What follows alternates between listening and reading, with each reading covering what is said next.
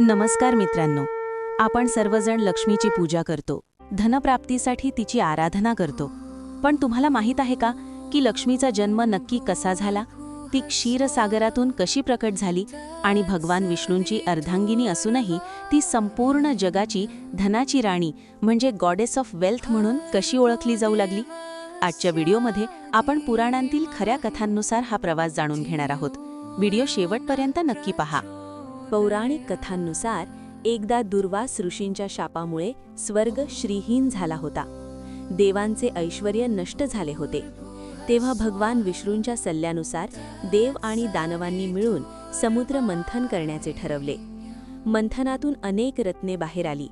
हलाहल विष, ऐरावत हत्ती, उच्चैश्रवा घोडा. पण सर्वांचे डोळे दिपले जेव्हा अथांग सागरातून एक दिव्य प्रकाश प्रगट झाला.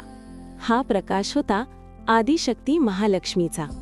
ती हातात उमललेले कमळ घेऊन क्षीरसागरातून प्रकट झाली. तिचे सौंदर्य पाहून देव, गंधर्व आणि दानव सगळेच थक्क झाले. तिला सिंधू कन्या असेही म्हटले जाते, कारण तिचा जन्म समुद्रातून झाला होता. लक्ष्मी प्रकट होताच सर्व देवांना वाटले की तिने त्यांच्याकडे यावे. पण लक्ष्मीने कोणाची निवड केली?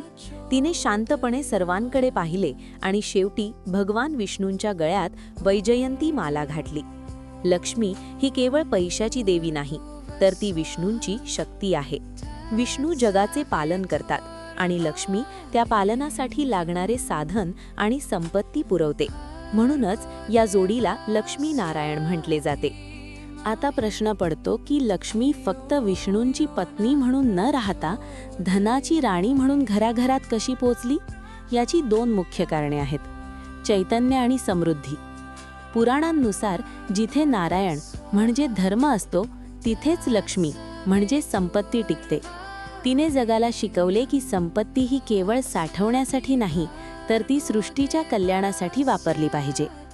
अष्टलक्ष्मी रूप. लक्ष्मीने स्वतःला 8 रूपांत विभागले. धान्यलक्ष्मी, अन्नाचा साठा करण्यासाठी. धैर्यलक्ष्मी, संकट काळात बळ देण्यासाठी. धनलक्ष्मी, भौतिक सुखासाठी. अशा प्रकारे जीवनाच्या प्रत्येक क्षेत्रात ती राणी म्हणून प्रस्थापित झाली. मित्रांनो, इथे महालक्ष्मीच्या एका रूपाची कथा ऐकूयात. जेव्हा भृगु ऋषींनी विष्णूंच्या छातीवर लाथ मारली, तेव्हा रागावून लक्ष्मी पृथ्वीवर आली होती. तिने कोल्हापूर, करवीर क्षेत्र येथे राहून भक्तांच्या दारिद्र्याचा नाश केला. तेव्हापासून लोक तिला करवीर निवासिनी महालक्ष्मी आणि जगाची तारक म्हणून पूजू लागले. मित्रांनो, महालक्ष्मीचा जन्म संघर्षातून, मंथनातून झाला आहे. याचा अर्थ असा की कष्ट आणि परिश्रमाशिवाय लक्ष्मी प्रसन्न होत नाही. ती चंचल आहे, पण जिथे स्वच्छता, सेवा आणि प्रामाणिकपणा असतो, तिथे ती कायमची स्थिर होते. तुम्हाला ही माहिती कशी वाटली? कमेंट्समध्ये ओम महालक्ष्मीयै नमः लिहायला विसरू नका. व्हिडिओ आवडला असेल तर लाईक करा आणि आपल्या मित्रपरिवाराला शेअर करा. अशाच पौराणिक कथांसाठी आपल्या चॅनलला सबस्क्राईब नक्की करा. धन्यवाद.